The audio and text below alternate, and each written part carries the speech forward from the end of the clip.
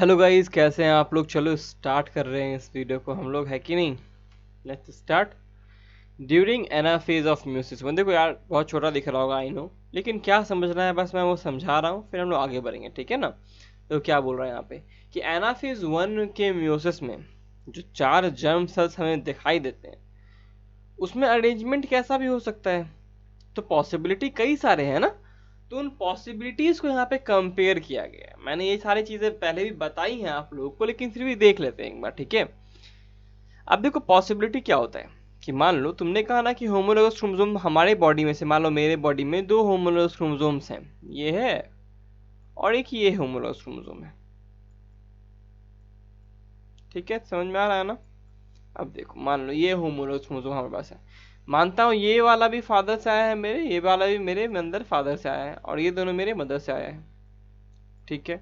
Okay, तो ऐसा हो सकता है कि ये दोनों के दोनों एक ही लाइन में हैं और ये दोनों के दोनों एक ही सेल के अंदर चले जाएं। Yes, it can be possible, ठीक है, बिना कोई क्रॉसिंग ओवर के बात कर रहे हैं अभी। और ये भी हो सकता है कि ये वाला क्रोमोसोम इसके साथ इस तरफ आ जाए और ये वाला इधर चला जाए और ये वाला इधर चला जाए, क्योंकि देखो यार, जो भी पूरा का पूरा जो क्रोमोसोम है ना, वो तो पूरा साइटोप्लाज्म में मूव कर रहा है। तो जब होमोलोगस क्रोमोसोम को आमने सामने होना होता है ना, तो बस ये दोनों एक दूसरे के आमने सामने का जिम्मा लेते हैं, इसका जिम्मा नहीं लेते कि फादर वाला भी ऊपर नीचे सेम रहेगा। समझ रहे हो ना, इसका जिम्मा नहीं है, इनका जिम्मा बस क्या है कि अपने होमोलोगस क्रोमोसोम को ढूंढ लें और सामने खड़े हो जाए। इसके अलावा इनका और कोई काम नहीं है। ऐसा भी हो सकता है कि फादर के साथ नीचे मदर का हो सकता है। ओके, यहाँ देखो, one long orange and short green chromosome are and yellow and short red chromosome are the same pole. देखो यहाँ पे ऑरेंज और रेड ग्रीन वाला जो है एक ही पोल पे है और येलो और रेड वाला एक ही पोल पे है, लेकिन पॉसिबिलिटी 2 क्या है कि ऑरेंज और रेड वाला एक पोल पे है और येलो और ग्रीन वाला एक पोल पे है। तो जब इसका जो जर्म सेल्स बनेंगे तो यहाँ देखो, ऑरेंज के साथ ग्रीन बना, एक टाइप का एक तरह का जर्म सेल हो गया, यानी कि हमारे पास जो गैमेट होता है। फिर येलो और रेड बना, दूसरा ऑरेंज और रेड बना, फिर येलो और ग्रीन बना। जरा सोचो, बिना किसी भी क्रॉसिंग ओवर के कितना डिफरेंट हो गए हैं हमारे सारे गैमेट्स। बिना किसी क्रॉसिंग ओवर के भी सारे गैमेट्स कितने डिफरेंट हो गए हैं। यहाँ पे क्या दिखाई दे रहा है हमें, यहाँ पे ये दिखाई दे रहा है कि ये जो फैक्टर है फादर का जहाँ से आया था, ये जो फैक्टर यानी जीन है, क्रोमोसोम कह लो, तो ये जो हमारे फादर का दूसरा वाला फैक्टर है फिर जीन या क्रोमोसोम है, इससे बिल्कुल अफेक्ट नहीं होता है। इसका कोई मतलब नहीं है इससे, इसको बस अपना होमोलोगस चाहिए, इसके सामने बस ये खड़ा हो जाएगा। इसके नीचे ऊपर कौन है इससे इसको कोई मतलब नहीं है। सारे के सारे फादर वाले एक ही तरफ, जो इतने भी क्रोमोसोम है वो एक ही तरफ मेटाफेजिक प्लेट में नहीं आने वाले। इसीलिए हम लोग क्या कहते हैं कि एनाफेज ऑफ म्यूसिस 1 यानी कि एनाफेज 1 में अगर इंडिपेंडेंट असॉर्टमेंट हो रहा है क्रोमोसोम का, इसीलिए हम लोग यहाँ कहते हैं कि मेंडेलियन कैरेक्टर जो सेग्रीगेट होते हैं, जो इंडिपेंडेंटली एजॉर्ट होते हैं, ठीक है ना, वो एनाफेज 1 में होते हैं। आगे बढ़ते हैं। ये देखो, मैंने एक वीडियो में बात की थी आपसे banding pattern of human chromosome. Banding pattern of human chromosome के आधार पे हम लोग ह्यूमन क्रोमोसोम को बांटते हैं, देखते हैं। तो यहाँ पे आपको दिख रहा है बैंडिंग पैटर्न, मैंने हमेशा कहा है आप लोगों से, एक हेट्रोक्रोमैटिन और यूक्रोमैटिन वाला हमारे पास आया था, ठीक है ना। कैसे बांटते हैं, तो मैंने कहा था यहाँ पे एक डार्क होगा, फिर यहाँ पे हल्का सा यूक्रोमैटिन होगा, फिर यहाँ पे एक हल्का सा डार्क होगा, यहाँ पे डार्कनेस होगा, फिर यहाँ पे डार्कनेस होगा, यहाँ पे डार्कनेस होगा, फिर यहाँ पे कुछ नहीं होगा, फिर यहाँ पे डार्कनेस होगा। तो ये है बैंडिंग पैटर्न। यहीं पे आपको ये बहुत सारे ढंग के बैंडिंग पैटर्न देखने को मिल रहे हैं, ठीक है ना। ये सेकेंडरी कॉन्स्ट्रक्शन भी आपको देखने को यहाँ पे मिल रहा है। और यहाँ पे जो ये दिख रहा है ना, ये प्राइमरी कॉन्स्ट्रक्शन है, ये प्राइमरी कॉन्स्ट्रक्शन है। ये जो दिख रहा है आपको डॉटेड लाइंस दिख रहे हैं ना, डॉटेड डॉटेड, ये प्राइमरी कॉन्स्ट्रक्शन है, इसको हम लोग सेंट्रोमेयर भी कहते हैं, ठीक है। आगे बढ़ते हैं। पहला क्वेश्चन इस वीडियो का, what is the chromosome number in Plasmodium. Plasmodium में कितने क्रोमोसोम नंबर हैं। नॉट सो इंपॉर्टेंट क्वेश्चन, लेकिन एक बार आ गया है तो देख लेते हैं। आंसर इसका होगा 10, ठीक है, इसका आंसर होगा 10। देखो मैं किसी तरह क्वेश्चन नहीं छोड़ता, लेकिन हाँ मैं आपसे धोखा भी नहीं करता कौन सा इंपॉर्टेंट है कौन सा नहीं, मैं सब बता देता हूँ। ये बहुत इंपॉर्टेंट क्वेश्चन है। The first reason is because the CBSE PMT has asked it in 1995। आप बोलिएगा भैया सर इतने पुराने क्वेश्चन नहीं आते, तो भैया ठीक है मत पढ़ के जाओ, अगर आ गया तो फिर मुझे दोष मत देना। All upon you, it depends upon you, ये आपकी मर्जी है। मैं तो बस बता रहा हूँ लेक्चर में, है कि नहीं, ये आपकी मर्जी है, आपको पढ़ना है या नहीं है, वो तो आपको समझना ज़्यादा जरूरी है कि नहीं।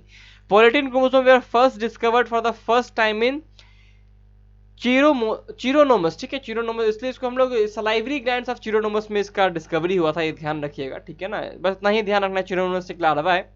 आगे बढ़ते हैं। अ चाइल्ड रिसीव्स, एक चाइल्ड क्या, ये बहुत लर्निंग वाला क्वेश्चन है, इसको ध्यान रखना है कि शिरोनोमस में पहली बार पोलिटीन क्रोमोसोम को डिस्कवर किया गया था। अभी हम लोग पोलिटीन क्रोमोसोम का एक डायग्राम भी देखेंगे, ठीक है।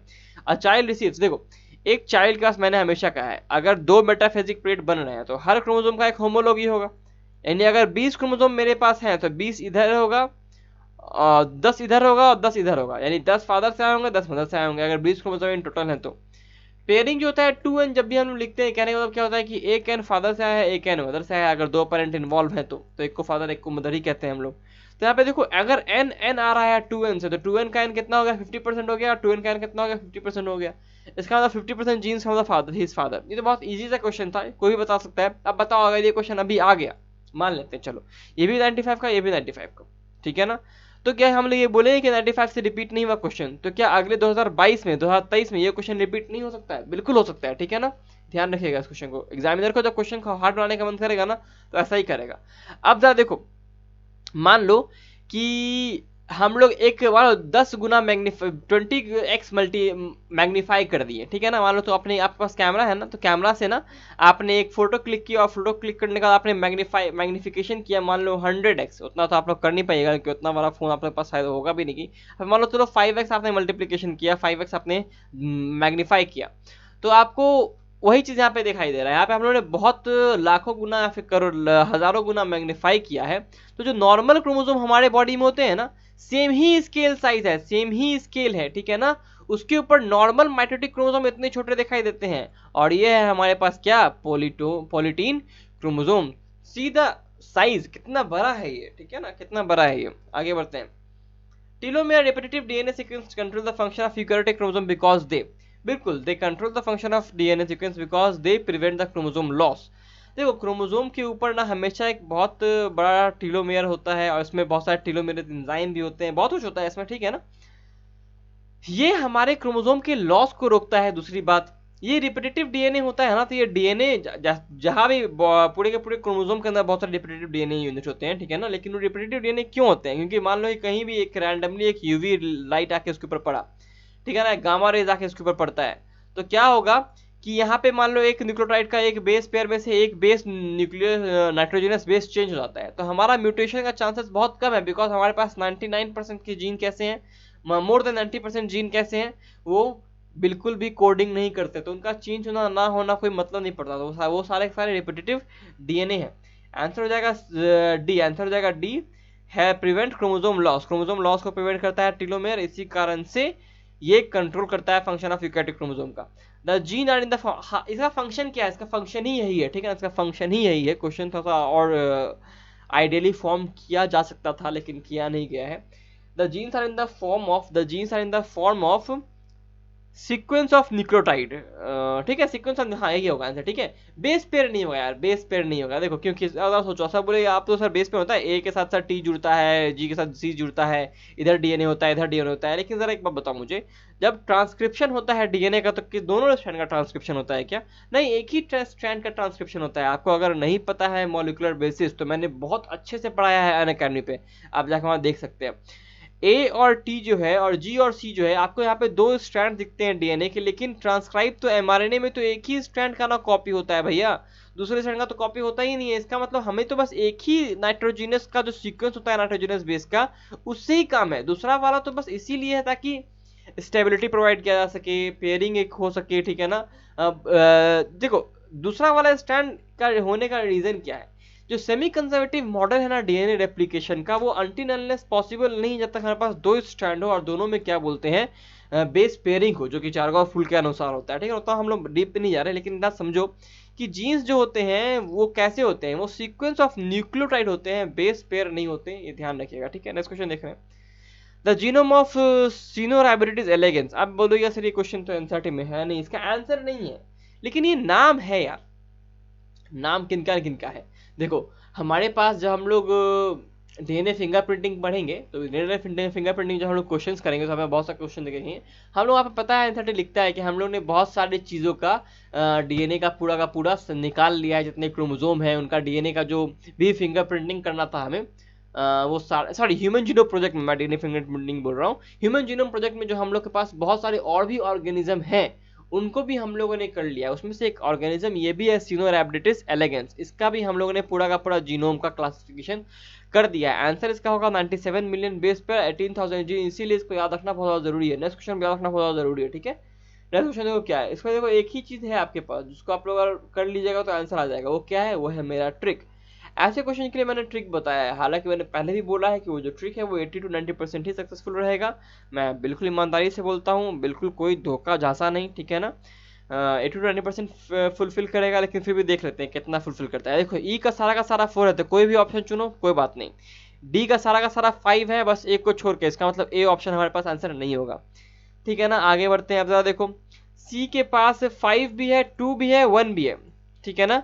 अब देखो बी के पास 1 है, 2 है, 3 है, इसका मतलब देखो यहाँ पे हम लोग बी और सी में कंफ्यूज हो जाएंगे हम लोग। बी में हम लोग को बी भी लगेगा, सी के लिए देखो 2 भी बी भी लगेगा, डी भी लगेगा। बी के लिए हमको ए बी भी लगेगा, बी के लिए हमको डी भी लगेगा, लेकिन 3 जो है ना वो आपको फैक्टर आपको पता चल जा देगा कि क्या होने वाला है। वो होगा यहाँ पे आंसर हो जाएगा 47 का हमारे पास। बताओ जरा सोचो, बी हो जाएगा, ए का 3 हो जाएगा, बी का 1 हो जाएगा, सी का 2 हो जाएगा, ठीक है ना। सी का 2 हो जाएगा, ध्यान रखिएगा। आगे बढ़ते हैं, देखो कैसे होगा ये, ए का 3 कैसे होगा। माइकोप्लाज्मा में 450 से लेकर 700 जीन होते हैं, इसको याद रखने का एक ही तरीका है। आप ध्यान से देखिए कि होमोसेपियंस से कितने हो रहे हैं, तो होमोसेपियंस के 35,000 से 45,000 हो रहे हैं, ठीक है ना। फिर आगे बढ़ते हैं हम लोग डी के बारे में, तो डी में देखो 32,000 से 50,000 है, बिकॉज ये ओरेदा सटाइवा है, ठीक है ना। फिर आगे बोलते हैं माइकोप्लाज्मा में सबसे कम जीन्स हमको देखने को मिल रहे हैं। रीजन बताओ क्या है, क्योंकि क्योंकि सोचो जरा क्या होगा रीजन। देखो यहाँ पे बी का जो 1 है ना, ये आपको याद रहना चाहिए, इसके कोलाई बहुत इंपॉर्टेंट है, बिकॉज सारे के सारे जेनेटिक एक्सपेरिमेंट इसी के ऊपर किए गए हैं, इससे ध्यान है। ड्रोसोफिला मेलानोगास्ट्रा का आपको 13,000 जीन्स याद रखना है। अब मैं बता रहा हूँ याद रखना है तो भैया याद रखना है, इसके बाद मैं कुछ नहीं कहने वाला। Arrangement of chromosome in the order of decreasing length is termed as idiogram. इसको कैरियोटाइप भी, इसका कैरियोटाइप का एक टाइप होता है इडियोग्राम, ठीक है ना। तो ये ध्यान रखिएगा, इडियोग्राम होता है अरेंजमेंट ऑफ क्रोमोसोम, जो हम लोग पिछले वीडियो में हमने देखा है ना कैरियोटाइप का डायग्राम, बस वही ध्यान रखना है। Condensation of chromosome are maximal with visible centromere at which phase of cycle, M phase, S phase, G1 phase, S phase, G2 phase, किसमें होता है बताओ। एम फेज में होता है। एम फेज में हम लोग को बहुत अच्छे से दिखाई देता है, क्यों, क्योंकि यहाँ पे एम फेज में क्या हो रहा है, मेटाफेज हो रहा है, जिसमें हम लोग क्रोमोसोम कंडेंसेशन फुल्ली दिखाई दे रहा है, मैक्सिमल दिखाई दे रहा है, बीच में सेंट्रोमेयर भी होता है। एक normal metaphase chromosome with a middle centromere is क्या कहते हैं, मेटासेंट्रिक कहते हैं। Chromosome whose arms are equal is known as metacentric. Okay, easy question था, ये चीज़ हम लोग सेल में बात किया है, सेल साइकिल में बात किया है, अभी बात कर रहे हैं, आगे भी बात करते रहेंगे, ठीक है। तो याद रखिएगा, till then take care, study smart, work hard and stay healthy guys. आज की आवाज़ में थोड़ा दिक्कत रहेगा तो कोई बात नहीं, परेशान नहीं होगा, मैं तबीयत थोड़ा सही नहीं है बस इसी कारण से। ओके, अगले वीडियो में मिलते हैं।